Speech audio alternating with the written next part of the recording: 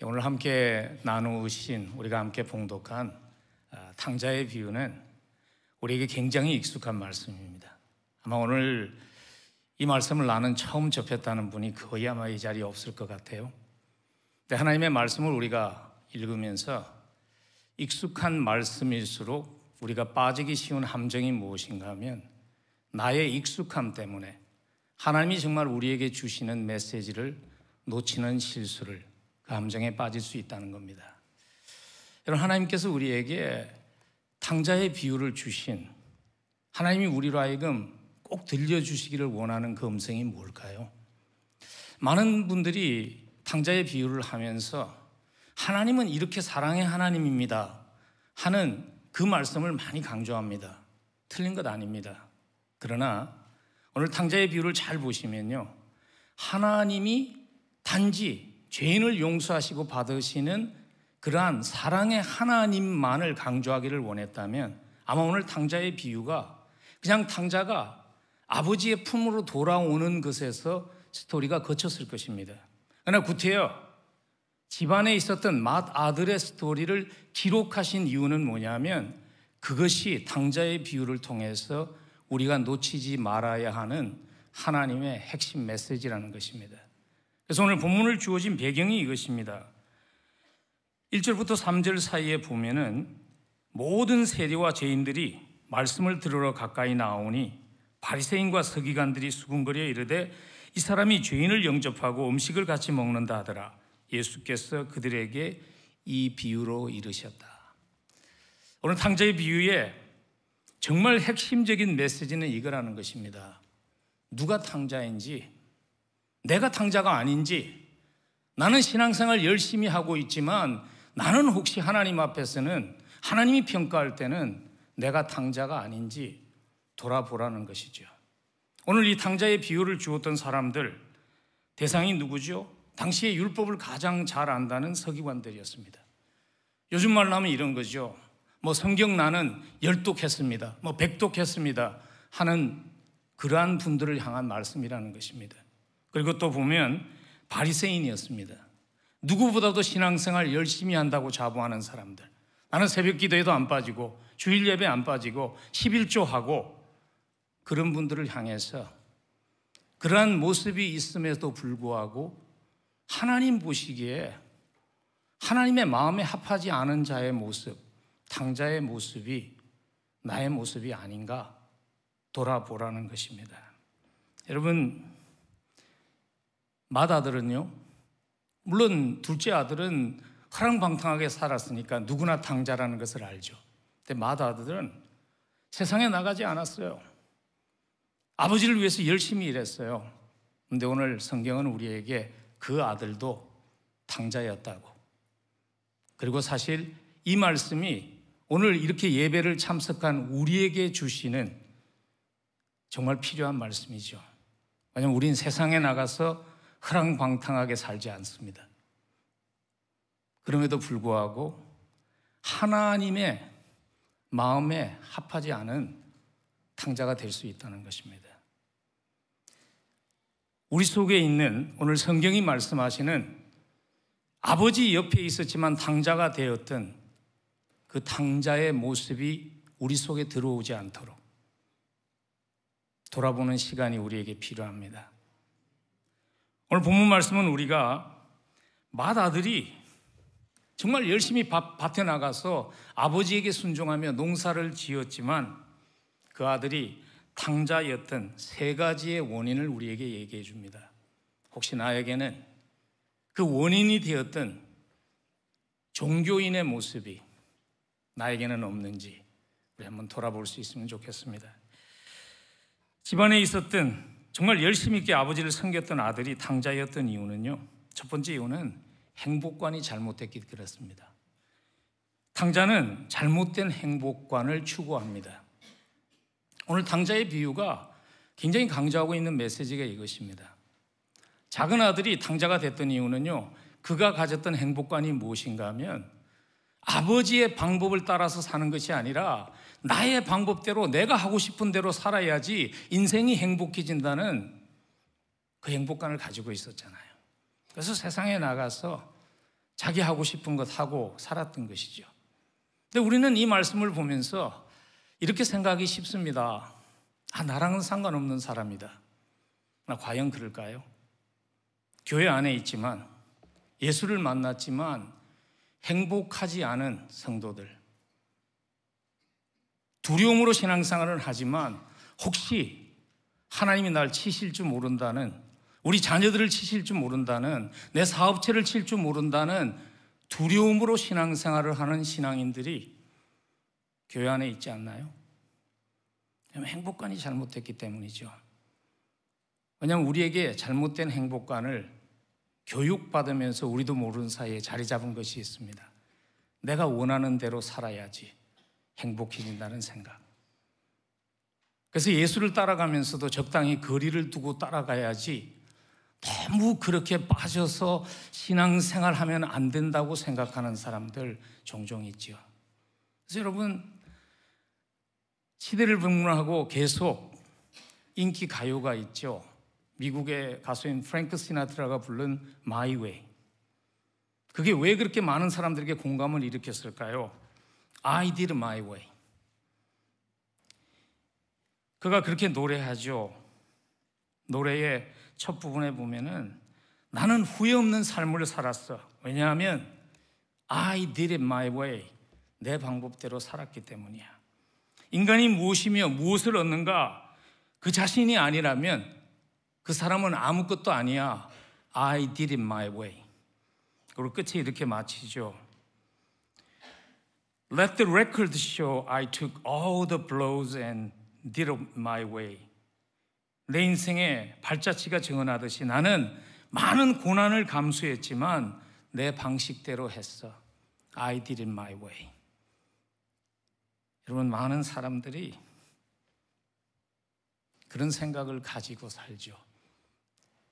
하나님은, 예수 그리스도는 내가 천국에 들어가기 위해서는 필요하지만 나의 행복에는 방해가 된다는 생각으로 하나님과 거리를 두며 신앙생활을 하는 분들이 교회에 있습니다. 아마 부천 의성교회는 없는 것 같아요. 근데 있습니다. 저희 교회에 있습니다. 행복관이 잘못된 거죠. 근데 주님은 더 나아갔어요. 그 아들만 행복관이 잘못된 것이 아니라 집에서 정말 성실하게 살았던 큰 아들도 잘못된 행복관을 가지고 있었기 때문에 하나님 보시기에 탕자가 됐다고 얘기하시죠. 행복을 추구하는 방법은 달랐어요. 큰 아들의 행복을 추구하는 방법은 성실하게 일하고 도덕적으로 사는 것이었어요. 그러나 그의 행복과는 별로 다르지 않았어요. 그래서 팀 켈러 목사님이 The Prodigal God, 마르지 않는 사랑의 샘이라는 책에서 탕자의 비유에서 우리가 놓치기 쉬운 핵심 교훈을 예리하게 이렇게 지적합니다. 제가 인용합니다. 두 아들이 다 자신들의 기대하는 행복이라는 것을 얻기 위해서 각각 다른 방식으로 아버지를 이용하고 있었다. 그들은 자신을 행복하고 만족스럽게 할 수 있는 것은 아버지의 사랑이 아니라 아버지의 재산이라고 믿었다. 아버지의 재산을 얻기 위한 수단으로 큰아들은 열심히 일한 것이죠. 근데 혹시 우리의 신앙생활의 모습 가운데 이런 모습은 없는지요? 하나님으로부터 무언가 내가 원하는 것을 받아내기 위해서 혹시 우리는 열심으로 충성도 하고 희생도 하고 신앙생활 하는 것은 아닐까요? 이스라엘 백성들의 문제가 그거였죠. 그래서 말라기서에 보면은 말라기서 3장 14절에 그들의 중심을 알았던 하나님이 이렇게 지적하십니다. 이는 너희가 말하기를 하나님을 섬기는 것이었더니 만군의 여호와 앞에서 그 명령을 지키며 슬프게 행하는 것이 무엇이 유익하리요? 이스라엘 백성들이 말라기 때에도요, 양을 잡고 짐승을 희생하면서 하나님을 예배했습니다. 근데 하나님이 그들의 중심을 지적하신 거예요. 너희들 마음속에 하나님을 섬기는 건 헛되지 않냐? 그렇게 우리가 희생하고 어렵게 살았지만 무엇이 유익하냐고 말한다. 근데 지금 여기서 유익이라는 이 단어가, 히브리 단어가 상그레에 사용되었던 단어입니다. 상그레를 하면서 부당하게 받는 그러한 이윤을 말하는 거예요. 하나님 앞에서 그들이 하나님과 흥정한 것이죠. 하나님, 내가 이만큼 하면 하나님 이만큼 돌려주셔야 합니다. 혹시 우리의 모습은 아닌지 모르겠습니다. 교회 안에서 종종 자주 쓰는 말이잖아요. 그 집사님 시험 들었어. 하나님이 시험 주시지 않았습니다. 왜 시험 들었죠? 흥정했잖아요. 하나님 앞에. 하나님, 내가 이거 하면, 하나님, 내가 11조 드리면, 하나님, 내가 새벽 기도하면 하나님 이거 돌려주셔야죠, 나에게. 왜냐하면 하나님이라는 대상이 무언가를 받아내기 위한 대상이었죠. 흥정의 대상이었죠. 행복관이 잘못됐기 때문입니다. 여러분, 진정한 행복이 뭘까요? 진정한 행복은요, 하나님을 알고 하나님과 사랑에 빠진 삶이 되는 것입니다.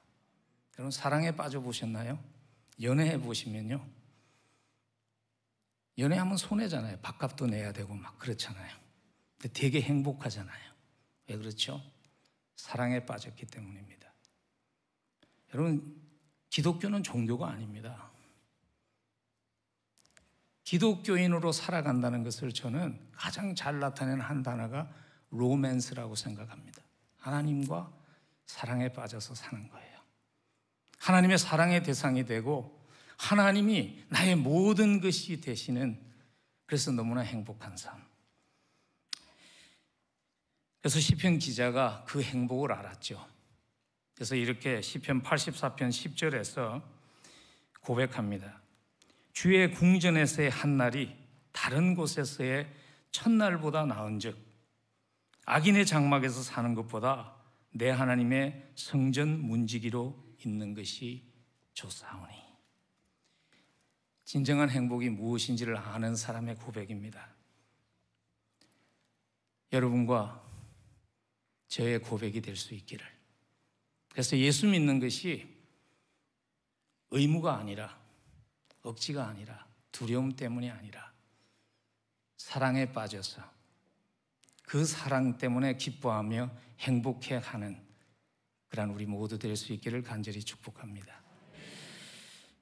종교생활을 열심히 하면서도 하나님과 상관없는 탕자가 되었던 또 한 가지의 이유를 오늘 본문 29절과 30절에 기록하고 있는데요. 제가 다시 한번 읽어드리면, 아버지께 대답하여 이르되 내가 여러 해 아버지를 섬겨 명을 어김이 없거늘 내게는 염소 새끼라도 주어 나와 내 벗으로 즐기게 하신 일이 없더니 아버지의 살림을 창녀들과 함께 삼켜버린 이 아들이 돌아오매 이를 위하여 살찐 송아지를 잡으셨습니다. 지금 아들이 화가 났잖아요. 그래서 집에 오니까 자기는 하루 종일 열심히 일하다 왔는데 집에 오니까 세상에서 지 하고 싶은 거 다 하고 돌아온 동생을 위한 잔치가 벌어져서 화가 난 거예요. 이게 그냥 순간적인 화가 아닙니다. 그 사람 속에 깔려있던 것이 그 순간에 폭발한 것이죠. 이유가 뭐죠? 왜 폭발했죠? 잘못된 동기로 섬겼기 때문입니다. 탕자는요, 잘못된 동기로 섬깁니다. 오늘 맏아들은 섬기기의 동기가 의무감이었어요. 그래서 그에게 있어서 하나님이라는 분은요, 그에게 있어서 아버지라는 분은 굉장히 엄한 고용주였지 사랑스러운 아버지가 아니었어요. 그래서 29절에서 이렇게 얘기하잖아요. 내가 여러 해 동안 아버지를 섬겨서 시키는 대로 다 했는데 나한테는 염소 새끼 한마디도 안 주더니 하는 얘기를 하는 이유가 뭐냐면 아버지가 주지 않은 것이 아니죠. 아버지에게 요청할 수 있는 자유함이 없었던 것이죠. 의무감으로, 두려움으로 섬겼으니까, 아들임에도 불구하고 종과 같이 섬겼으니까 자유함이 없었던 것이죠. 의무감으로 섬기는 사람들에게 보면 항상 합당한 보상에 대한 기대가 있습니다. 그래서 그게 주어지지 않으면 참지를 못합니다. 그리고 또 주어지지 말아야 할 사람에게 자기가 생각할 때 주어지지 말아야 하는데 하나님이 축복하시면 그게 분노하게 하죠. 신앙생활을 하면서 그래서 그것 때문에 넘어지는 분들을 볼 때 얼마나 안타까운지 모릅니다. 우리 목사들도 예외 아닙니다. 하나님, 내가 이만큼 희생했는데, 내가 세상에 나갔으면 나도 다른 거 하면서 잘할 수 있었는데, 목사 됐는데 평생 목사한 것 하나님 돌아오는 것이 이것밖에 없습니까? 하는 분노에 찬 목회자들도, 분노에 찬 선교사님도 불행하게 종종 만나게 됩니다. 왜냐하면 섬김의 동기가 잘못됐기 때문입니다. 여러분, 우리의 섬김의 동기는 무엇입니까? 무엇 때문에 교회를 섬기시나요? 교회가 우리를 되게 바쁘게 하잖아요. 저희 교회도 뭐가 많아요. 오늘도 보니까 뭐 부천 의성교회 계속 광고하면서 바쁜데 화요일날 전도하러 나오라 그러고 뭐 되게 바쁘게 하잖아요. 근데 왜 하나요, 그것을? 의무감인가요? 동기가 바뀌어야 합니다. 근데 잘못된 동기로 섬기기 참 쉽습니다. 그래서 굉장히 유명한 일화거든요.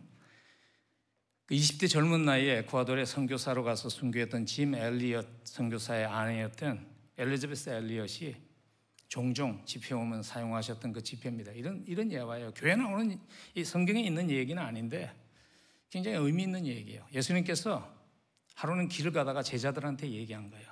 돌을 하나씩 주워서 들고 나를 따라오라. 베드로가 머리가 좋잖아요. 가만 생각하니까 예수님이 돌을 들고 오라고 그랬는데 돌 사이즈를 얘기를 안 한 거예요. 그래서 제일 조그만 조약돌을 하나 주워서 예수님을 따라갔어요.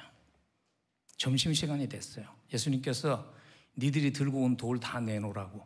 그러더니 그걸 떡으로 바꿔줬어요. 점심이 된 거예요. 그러고 나서 이제 점심을 먹고 나서 예수님께서 또 돌을 하나씩 집어들고 따라오라 그러니까 상상이 되세요? 베드로가 어떤 돌을 집었을까요? 굉장히 큰 거 들었겠죠. 막 땀 흘리면서 갔어요. 저녁이 됐어요. 강가에 이르렀거든요. 기대했잖아요. 근데 예수님이 이렇게 얘기한 거예요. 그 돌 다 바다에다, 그 강물에다가 버리라고. 그러면서 이렇게 몽해서 쳐다보니까 예수님이 그 얘기하신 거예요. 너들은 뭐 때문에 나를 따라오니? 그 얘기를 하신 거예요. 여러분, 신앙생활의 섬김의 동기는요, 사랑받기 위함이 아닙니다. 사랑받았기 때문입니다. 우리가 너무나 큰 사랑 받았잖아요. 저는 불교 집안에서 태어나서 20대 중반에 유학생활을 하면서 예수님을 만났습니다. 그리고 20대 말에 목회자로 부름받았거든요. 내가 교회 안에 들어와서 어떨 때 너무 안타까운 게 뭐냐면 그 외에 그런 분들 있잖아요. 저는 뭐 모태신앙입니다 하시는 분들. 그분들이 보면 사랑받음이 너무 당연해진 거예요. 내가 하나님의 사랑을 받을 수 있는 자격이 있어서 사랑받았다고 생각하는 기독교인들이 교회 안에 너무 많다는 거예요. 섬기면서도 내가 잘났으니까 하나님이 나를 쓰신다고 생각하는 분들이 불행하게도 있다는 거예요. 저는요, 목회하면서 제가 지금 목회를 한 40년 넘게 했잖아요. 지금 제가 이 교회에서 한 교회에서 33년 섬겼어요. 제가 청년의 나이 때 가서 사실 제 인생 다 드린 거예요. 근데 저는 너무 감사한 게 무엇인 줄 아십니까? 하나님이 나를 믿어주시고 써줬다는 겁니다. 제 주변에 보면 똑똑한 사람들 너무 많아요. 뭐 박사학위도 몇 개씩 있고. 저는 요즘 박사학위 없는 목사님 별로 없어요. 근데 저는 박사학위가 없어요. 하나님이 왜 나 같은 사람을 택해서 하나님 쓰시기로 결정해 주셨을까? 너무 감사해요. 하나님이 나 같은 사람 위해서 아들의 생명을 십자가에서 그 값으로 지불하기로 선택하셨을까? 저는 너무 감사해요.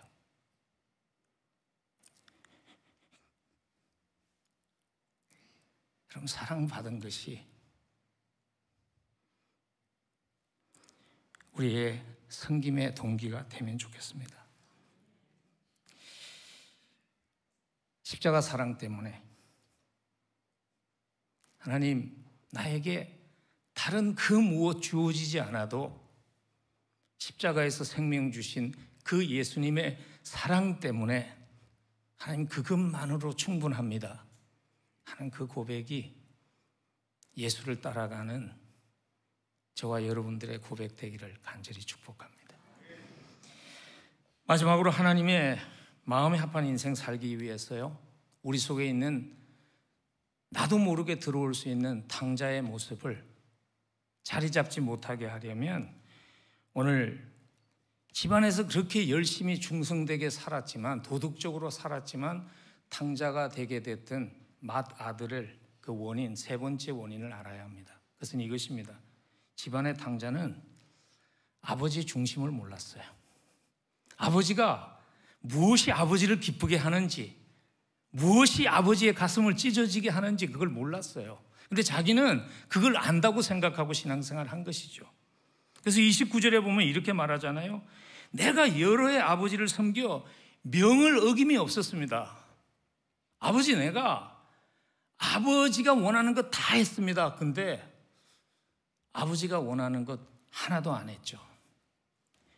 여러분, 오늘 예수님이 비유를 3개를 주셨잖아요. 잃어버린 양의 비유, 잃어버린 동전의 비유, 그리고 마지막 비유가 잃어버린 탕자의 비유예요. 근데 그 차이점이 뭔지 아세요? 첫 번째 비유였던 잃어버린 양의 비유는 찾아가는 목자가 있었어요. 잃어버린 동전의 비유도 그것을 불을 밝히며 찾는 사람이 있었어요. 근데 탕자의 비유는 찾아가는 사람이 없었잖아요.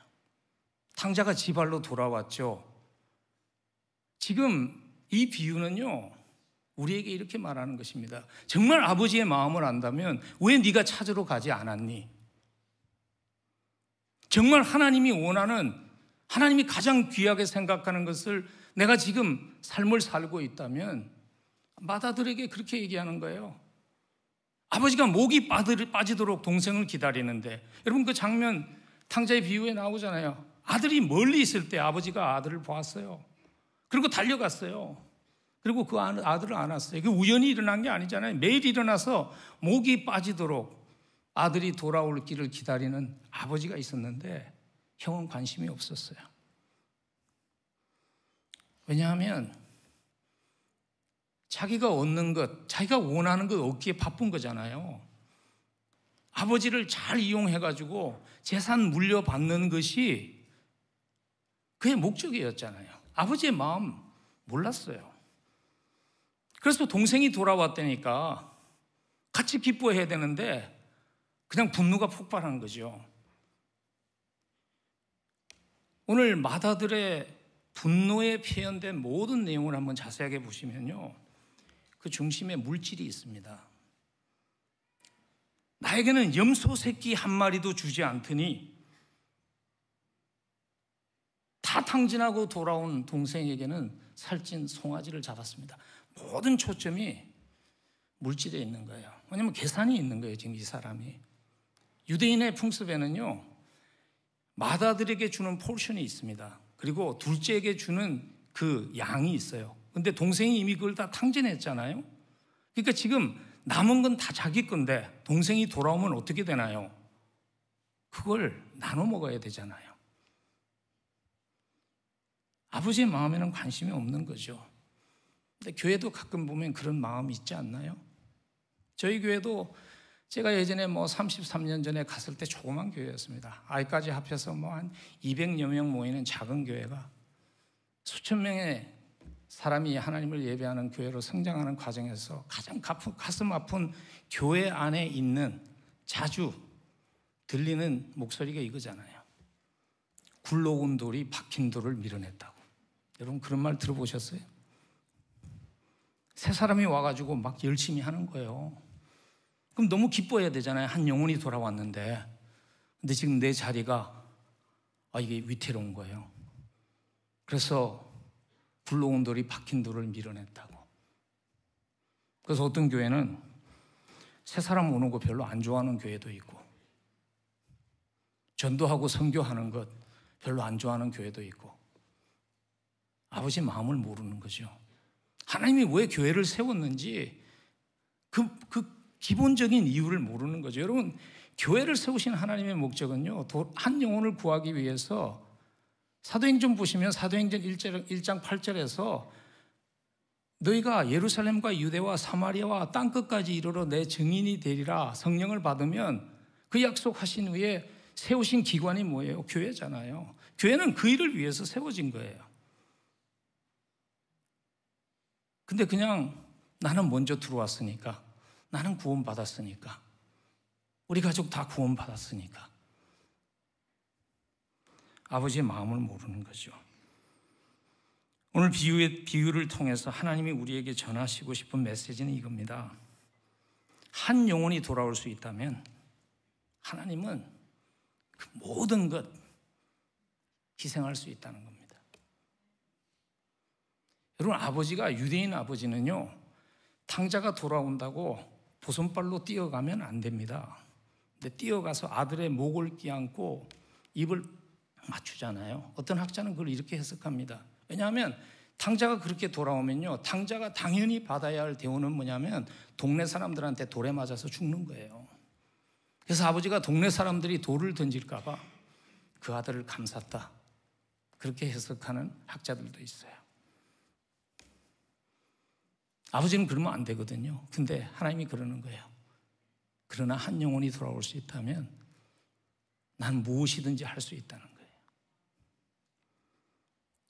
지금 예수님은 이 비유를 주시면서요, 십자가를 마음에 두고 이 비유 하시는 겁니다. 맏아들은 동생을 찾으러 안 갔지만 하나님의 맏아들인 예수님은 한 영혼을 찾기 위해서 내가 너희들을 위해서 내 생명을 줄 것이라고.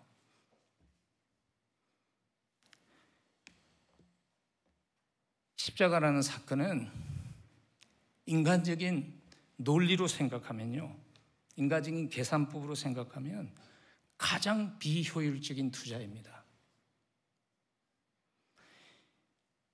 하나님이 자기의 아들인 예수 그리스도를 희생하셨어요. 우리를 위해서. 전 여러분들은 잘 몰라요. 저는 제 자신을 너무 잘 알아요. 내가 그 희생에 합당한 일을 할 수 있을 만한 그러한 인물이 아니에요. 그리고 40년 목회했지만 내가 십자가를 통해서 하나님이 그 아들을 주실 정도에 합당한 그 대가 이상으로 제가 한 일이 없어요. 하나님은 한 영혼이 돌아오는 것이 너무나 중요하셨기 때문에 계산하지 않았습니다. 그래서 오늘 본문을 이렇게 마무리 짓는 거거든요. 하나님의 은혜의 계산법을 아는 성도가 되라고 32절에서 이 내 동생은 죽었다가 살아났으며 내가 잃었다가 얻었기로 우리가 즐거워하며 기뻐하는 것이 마땅하다 하니라. 그게 당연한 일이라는 것입니다. 당연한 일이라는 것입니다. 보통 교회들도 보면 말이야 다 우리가 그렇게 하잖아요. 요즘 뭐 가는 데마다 선교적 교회 붙여놓지 않은 교회가 없습니다. 근데 그게 정말 중요한가는 언제 판가름 나는가 하면요, 교회 건축할 때 판가름 나요. 건축하면 뭘 제일 먼저 줄이나요? 선교 줄이죠, 선교. 그러니까 그는 이론적으로는 그런데 실제로는 하나님의 마음을 모르는 거예요. 제가 처음에 이 교회에 갔을 때 제가 뭐 한국 돈이 잘 계산이 안 돼서요, 저희 1년 예산이 50만 불이었어요. 근데 어느 날 1년에 100만 불 이상을 선교와 이웃을 위해서 흘려보낼 수 있는, 하나님 주신 축복을 흘려보낼 수 있는 교회가 됐어요. 작년에도 우리가 결산했는데, 그래서 제가 한번 언제 그렇게 됐을까? 왜냐하면 제가 저를 잘 알거든요. 제 리더십 때문에 교회가 그렇게 될 수 없습니다.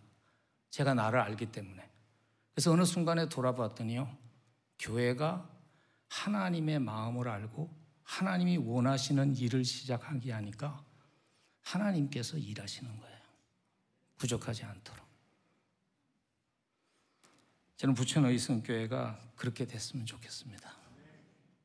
하나님의 마음을 아는 성도들이 가득 찬 교회가 되었으면 좋겠습니다.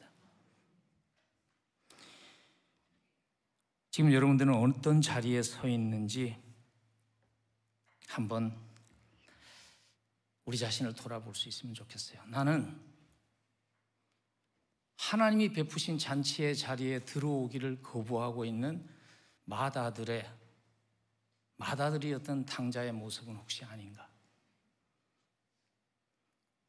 여러분, 이런 얘기가 있어요.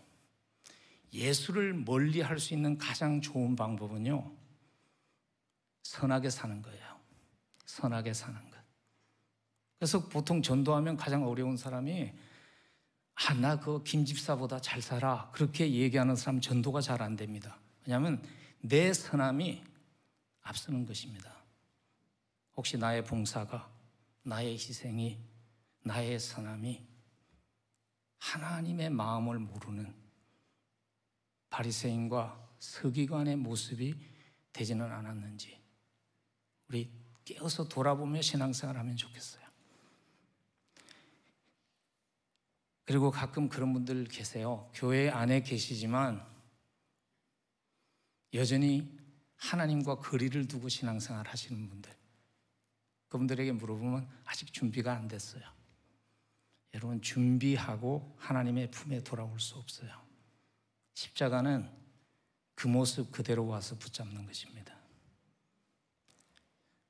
값없이 주신 그 십자가의 은혜가, 그 십자가의 은혜 때문에 감사하고 그 십자가의 은혜 때문에 눈물이 마르지 않는 그런 교회가 의성교회 되기를 간절히 축복합니다. 함께 기도하겠습니다. 우리 한번 이렇게 기도하시면 좋겠어요. 한 가지 기도하시죠. 하나님, 내 가슴에 십자가 사랑받았음에 그 감격이 무뎌지지 않도록 하나님 도와주세요. 늘 울어도 못 갚을 줄 알아. 하나님, 이 몸 바칩니다 하는 그 찬송의 고백이 우리의 고백이 되게 해 주옵소서. 우리 함께 기도하며 나아갑니다.